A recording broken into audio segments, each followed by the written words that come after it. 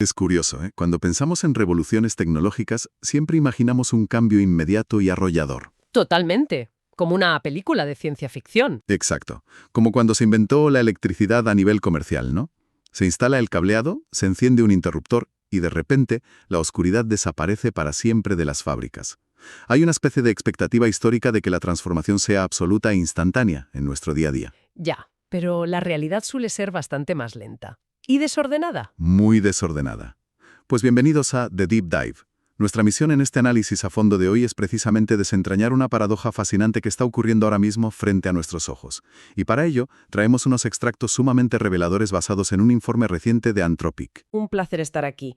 Y la verdad es una misión crucial, porque esa visión binaria de la tecnología, donde o estamos en la edad de piedra o en un paraíso futurista, nos ciega por completo ante lo que realmente ocurre en las oficinas. Claro, es que hay muchísimo ruido mediático, titulares apocalípticos sobre cómo la inteligencia artificial lo va a acaparar absolutamente todo mañana por la mañana. Sí, el fin del trabajo tal y como lo conocemos. Eso es, pero los datos que tenemos hoy sobre la mesa cuentan una historia completamente distinta y, francamente, mucho más sorprendente. Es que el informe de Anthropic no se limita a especular, hace algo mucho más valioso. Clasifica los sectores laborales basándose en las tareas que los modelos de lenguaje podrían realizar en teoría, y lo compara con la cobertura real. O sea, el uso verdadero que se está viendo en las empresas hoy en día. Exacto. Y la diferencia entre ambas cosas es, bueno, abismal. Pues antes de poder entender el impacto real, primero hay que establecer el escenario de lo que teóricamente es posible. Vamos a hablar de la promesa teórica, lo que podríamos llamar el club del 90%. Me gusta el nombre. Es un punto de partida perfecto. A ver, el informe es muy meticuloso al identificar los sectores con mayor potencial teórico. Y cuando decimos potencial nos referimos estrictamente al porcentaje de tareas específicas dentro de esos sectores que podrían ser ejecutadas por modelos de lenguaje. Vale, vamos a desgranar esto porque los números del top 3 son apabullantes. En el número 1 tenemos a computación y matemáticas con un 96% de potencial teórico. Prácticamente todo. Una barbaridad. Le sigue negocios y finanzas con un 94%. Y empatado en ese segundo puesto, el sector de oficina y administración también con un 94% teórico. Eso es. Pero a ver, frena un momento. Yo leo estos datos y sinceramente me cuesta creerlos. Un 94% en negocios y finanzas. Suena altísimo, claro. Es que la estrategia financiera suena algo demasiado complejo para que un algoritmo lo asuma casi en su totalidad. Para ilustrarlo, preparé una analogía. Es como tener un coche de Fórmula 1 aparcado en el garaje. En teoría, tiene la capacidad de ir a más de 300 km por hora y hacer el trabajo por sí mismo. Pero lo fascinante aquí es cómo se define el trabajo moderno. Ese 94% en finanzas no significa que la IA pueda reemplazar al 94% de los trabajadores. Vale. Ese es el matiz. La metodología de Anthropic descompone un puesto de trabajo en cientos de microtareas. O sea, lo desmenuzan hasta la unidad más pequeña. Exactamente. Si analizamos el día a día de un analista financiero, no está 8 horas diseñando fusiones corporativas. Está extrayendo datos de PDFs, cruzando celdas en Excel, redactando resúmenes. Cuadrando balances, enviando correos. Eso es. Y resulta que el 94% de esas microtareas son puramente procesamiento de información, que es justo en lo que destacan los modelos de lenguaje actuales. Entendido. Entonces, si el potencial en estos sectores roza la perfección absoluta, lo lógico sería pensar que su adopción diaria es masiva. Sería lo esperable, sí. Pero al cruzar la puerta de la teoría a la práctica, la historia cambia drásticamente.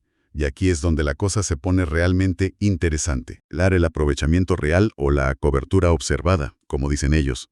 El líder inesperado es oficina y administración, pero atención, con solo un 42% de adopción. Menos de la mitad de su potencial. Y la cosa empeora. Computación y matemáticas cae a un 32% de uso real. Y negocios y finanzas se hunde por completo, siendo el menos aprovechado con apenas un 28%. Es una caída tremenda. Pero a ver, yo me pregunto una cosa. ¿Cómo es posible que el sector de oficina y administración adopte más la IA con ese 42% que los mismísimos expertos en computación y matemáticas que se quedan en el 32%? ¿Es la gran paradoja? Es que son los informáticos quienes están más cerca de la tecnología. ¿Por qué la usan menos? Pues si conectamos esto con el panorama general de cómo funciona el riesgo en las empresas, el misterio se resuelve bastante rápido. La adopción real no depende solo del conocimiento técnico. ¿Ah, no? ¿Y de qué depende entonces? Depende de la naturaleza de la tarea y del riesgo asociado a cometer un error. En oficina y administración, redactar un correo o clasificar documentos son procesos donde el margen de error es muy tolerable. Si la IA comete un pequeño fallo de redacción, el impacto es mínimo. Claro, el riesgo de que la empresa quiebre por una coma mal puesta en un acta de reunión es cero. Exacto. Es un entorno muy seguro para experimentar.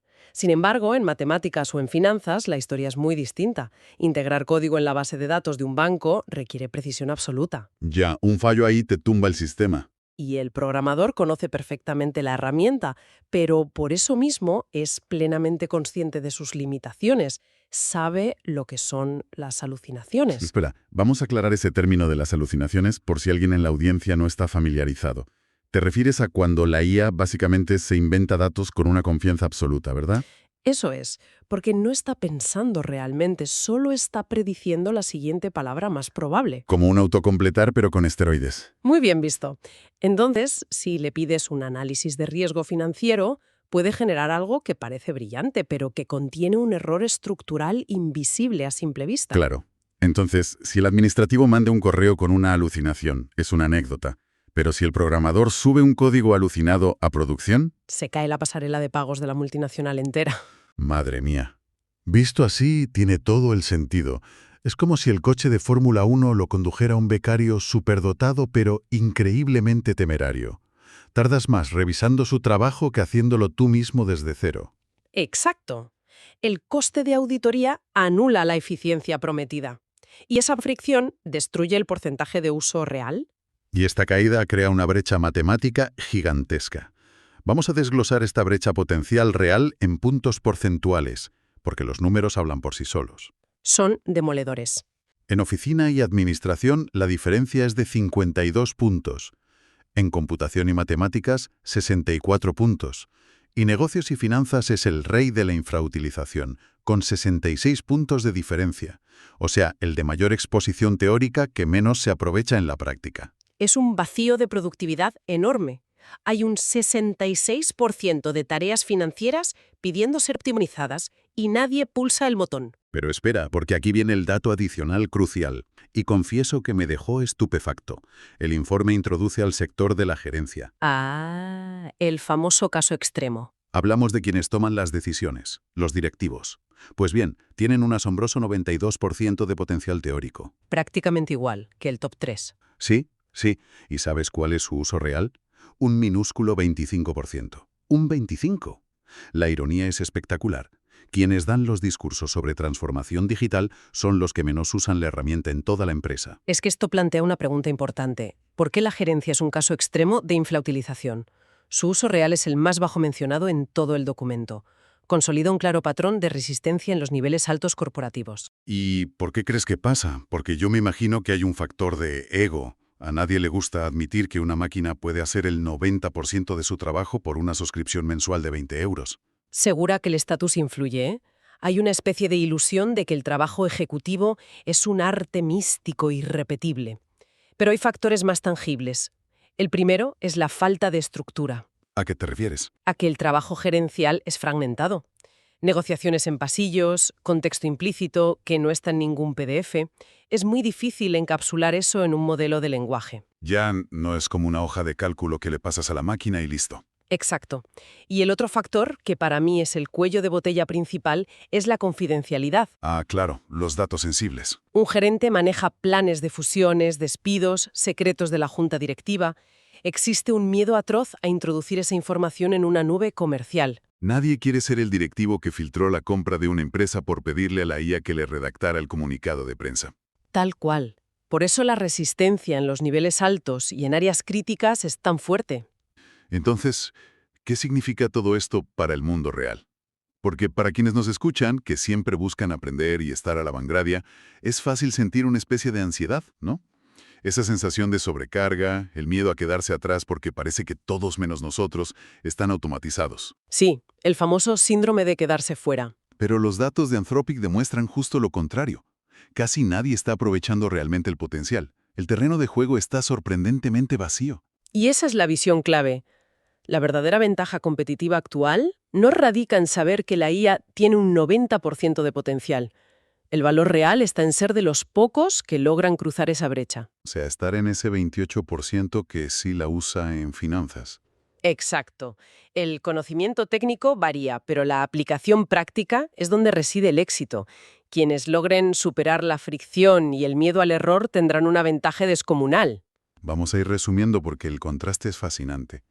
Empezamos viendo ese abismo entre el 96% de potencial en papel para los informáticos y terminamos viendo el tímido 25% de uso real en la gerencia. Los números no mienten. Es un baño de realidad.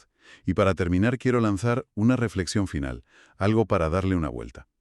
Si modelos de lenguaje tienen la capacidad teórica de hacer más del 90% de las tareas operativas de finanzas y gerencia, pero el uso real a duras penas supera una cuarta parte, Sí. es posible que el verdadero cuello de botella de la IA hoy en día no sea una limitación tecnológica, sino una profunda resistencia humana a ceder el control en la toma de decisiones.